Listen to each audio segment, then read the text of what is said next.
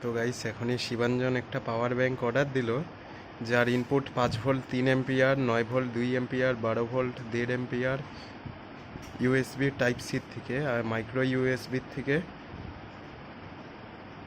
5 volt 2 ampere, 9 volt 2 ampere, 12 volt 1.5 ampere, আর output 5 volt 2.4 ampere, মানে 2.4, 9 volt 2 ampere, 12 volt 1.5 ampere. Type এর থেকেও তাই, টাইপ সি এর থেকে 5 ভোল্ট আবার 3 অ্যাম্পিয়ার মানে 15 ওয়াট, আবার 9 ভোল্ট 2 অ্যাম্পিয়ার মানে 18 ওয়াট, আবার 12 ভোল্ট 1.5 অ্যাম্পিয়ার মানে 18 ওয়াটের কাছাকাছি।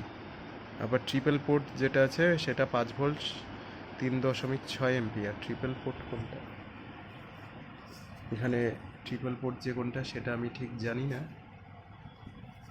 সাইডে তো দেওয়া নেই।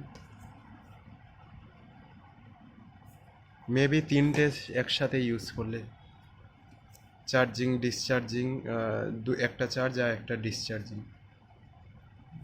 Made in India product MI এর। তো ওর জন্য এটাই অন অ্যান এভারেজ 18 ওয়াট লেখা আছে।